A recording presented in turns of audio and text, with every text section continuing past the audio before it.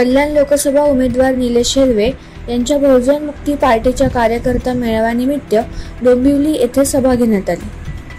स्थानिकांच्या tax registration, पाणी, झोपडपट्टी फेरीवाले, पथविक्रेते, गोरगरीब कष्टकरी शेतकरी, भूमिपुत्रांचे अन्न, वस्त्र, निवारा, शिक्षण, आरोग्य, रोजगार, जागा जमिनींची समस्यांचे समाधान होताना दिसत नाही। पण बहुजन मुक्ती पार्टी मैदानात संघर्ष करण्यासाठी तयार आहे। निवडणुकीनंतर स्थानिकांच्या समस्या सोडवण्यासाठी बहुजन मुक्ती पार्टीच्या वतीने आक्रोश मोर्चा काढून लोकांना न्याय मिळवून दिला जाईल।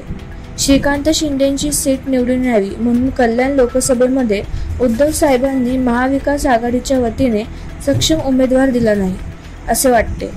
तसेच राज ठाकरेंनी सुद्धा राजू पटेल यांना उमेदवारी देण्याऐवजी भाजपाला बिनशर्त पाठिंबा दिल्यामुळे स्थानिक नाराज आहेत। सामान्य नागरिकांच्या वतीने लोकशाही पद्धतीने मीही निवडणूक लढणार असे मत निलेश हेलवे यांनी दिले। कल्याण लोकसभा उमेदवार व ठाणे जिल्हा अध्यक्ष व महाराष्ट्र सचिव संघर्ष योद्धा माननीय निलेश दादा हेलवे यांच्या अध्यक्षतेमध्ये बहुजन मुक्ती पार्टी ठाणे जिल्हा कार्यकर्ता मेळावा आयोजित करण्यात आला होता। यावेळी विविध विधानसभेतून महत्त्वपूर्ण कार्यकर्ते पदाधिकारी उपस्थित होते। कार्यकर्ता मेळाव्यामध्ये नवनियुक्त पदाधिकाऱ्यांचा सत्कार करण्यात आला, तसेच नवीन पदाधिकाऱ्यांची नियुक्ती करण्यात आली। नमस्कार, आपला एक बहुजन मुक्ती पार्टी जिल्हास्तरीय कार्यकर्ता मेळावा आज आपल्या इथे डोंबिवलीमध्ये संपन्न होत आहे। त्यानिमित्त आपण या मेळाव्यानिमित्त कार्यकर्त्यांना काय मार्गदर्शन केलं आणि कार्यकर्त्यांच्या समस्यांचं काय निवारण केलं आणि काय नियुक्त्या केल्यात याबद्दल थोडक्यात सांगा। आज बहुजन मुक्ती पार्टीला आपण कार्यकर्ता मेळावा या ठिकाणी आयोजित केलेला आहे आणि डोंबिवली विधानसभेमध्ये हा कार्यकर्ता मेळावा आहे। त्याच्यामध्ये आपण कल्याण लोकसभेचे, त्याचबरोबर देवणी लोकसभा आणि ठाणे लोकसभा असे काही महत्त्वपूर्ण जे कार्यकर्ते पदाधिकारी यांना आपण आमंत्रण केलेलं आहोत आणि त्या लोकसभेअंतर्गत ज्या विधानसभेमध्ये काय काय समस्या आहेत त्या समस्येसाठी आपण त्यांचं समस्या समजून घेणं आणि त्या समस्येवरती आपल्याला काय काम करणं, काय समाधान करता येईल त्या अनुषंगाने आपण प्रयत्न करणार आहोत। आता येऊ घातलेले जे काही इलेक्शन्स आहेत त्या निवडणुकांमध्ये आमचे उमेदवार किती मोठ्या प्रमाणात निवडून येतील हा आमचा विषय नसून विषय हा आहे की लोकांच्या जे समस्या आहेत त्या समस्येपासून त्यांना मुक्त करण्यासाठी बहुजन मुक्ती पार्टी या पार्टीचं निर्माण झाले आणि आपण पाहतो की आज समाजामध्ये बरेचसे लोक आहेत जे लोक नेतृत्व करतात, आमदार म्हणून, खासदार म्हणून, नगरसेवक म्हणून, नगराध्यक्ष म्हणून, महापौर म्हणून, परंतु लोकांच्या समस्या काय सुटलेल्या नाही।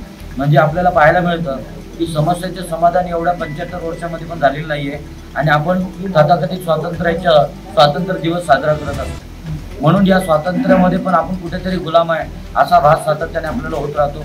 महिलांवरती अन्याय अत्याचार वाढत चाललेले आहेत, भूमिपुत्रांवरती, गावकऱ्यांवरती अन्याय अत्याचार वाढत चाललेले आहेत। त्याचबरोबर इकडचे जे काही अनुसूचित जाती असतील, अनुसूचित जमातीचे लोकांचे असतील, त्यांचे जे योजना असतात, त्यांचे काही विविध जे काही उपक्रम शासनाच्या माध्यमातून राबवायला पाहिजे तो फंड जो आहे तो फंड पण त्यांना मिळत नाही।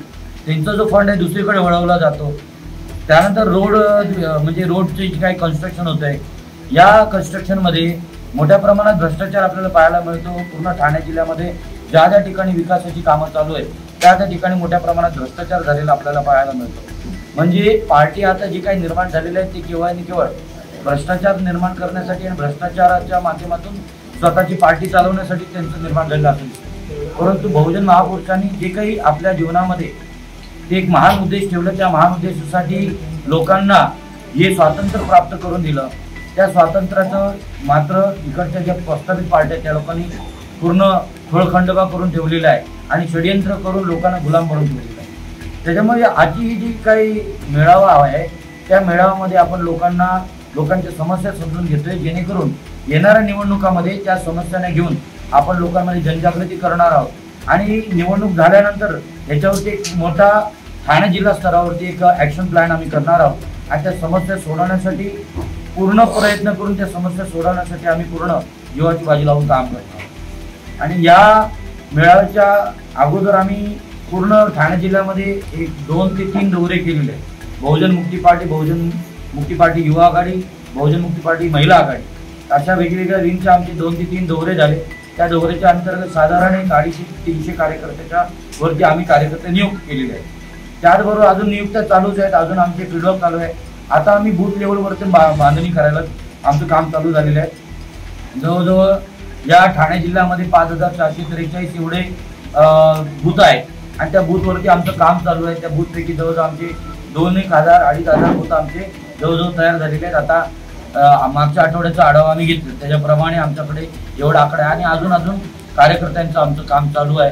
आणि आम्हाला खात्री येणाऱ्या काळामध्ये आमचे जे उमेदवार आहेत ते मोठ्या ताकदीने लढणार आहेत आणि निवडून सुद्धा येतील. कारण आम्ही पाहतो भाजप असेल किंवा जे महाविकास आघाडी असतील त्यांच्या नेत्यांनी जे आता काम केलेलं आहे ते समाधानकारक नाही.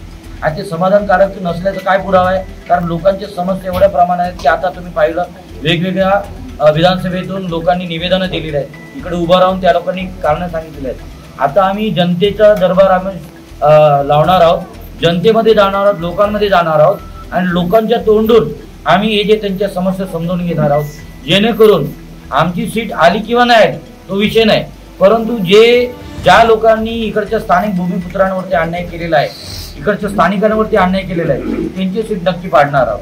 आणि पाळत असताना मी ही खात्री घेऊ की जे काही लोक निवडून येतील ते लोक येणाऱ्या काळामध्ये समाजाचं काम करतील, कारण त्यांच्यावरती दबाव निर्माण होणं गरजेचं आहे. तर डोंबिवलीचे काही महत्वाचे आपण डोंबिवली विधानसभेचं पाहिलं इथे या ठिकाणी काय आहे की जवळजवळ 27 गावं आपण ज्यांना महानगरपालिकामध्ये घेतलेले आहेत, परंतु त्यांच्यावरती टॅक्स तर वाढलेला आहे.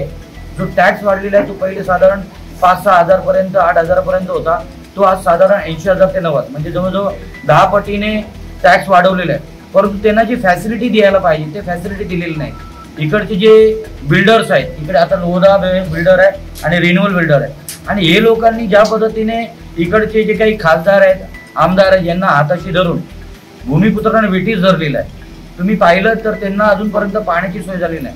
इथे माझ्या माहितीप्रमाणे साधारण 800 करोड रुपये आले आणि ते सगळे रोड बनवण्यासाठी तिकडे त्याचा वापर केलेला आहे. आणि मोठ्या प्रमाणात तिकडे आता त्यांच्याच कुटुंबाच्या लोकांना, त्यांच्याच लोकांना ते कॉन्ट्रॅक्ट देण्याचं काम केलेलं आहे आणि तो पैसा त्यांच्या पदरात पाडून घेण्याचं काम केलेलं आहे. परंतु जे लोकांचे मूलभूत समस्या आहेत, त्याच्यामध्ये शिक्षणाची समस्या असेल, रोजगाराची समस्या असेल, त्यांच्या आता महत्वाचे विषय म्हणजे त्यांची जी जमीन आहे त्याच्यामध्ये लिटिगेशन्स टाकलेले आहेत, जाणीवपूर्वक वाद निर्माण केलेले आहेत. एवढंच नव्हे तर तुम्ही पाहाल त्याच्यामध्ये की त्यांना रजिस्ट्रेशन पण करून दिलं जात नाही त्या गावांमध्ये, आणि त्यांचे जे गावठाण आहे ते विकसित केलेलं नाही. आता म्हणजे लोकांची संख्या वाढलेली आहे, परंतु ज्या लोकांनी आता इकडचे जे खासदार आहेत माननीय श्रीकांतजी, ते माननीय मुख्यमंत्रीचे सुपुत्र आहेत आणि त्यांनी हे सगळं काम पाहायला पाहिजे. आज आम्ही फील्डवरती आहे, समाजामध्ये फिरतो, ग्राउंड लेवलला ही रियालिटी आहे की त्यांच्याबद्दल लोकांची खूप मोठ्या प्रमाणात नाराजगी आहे.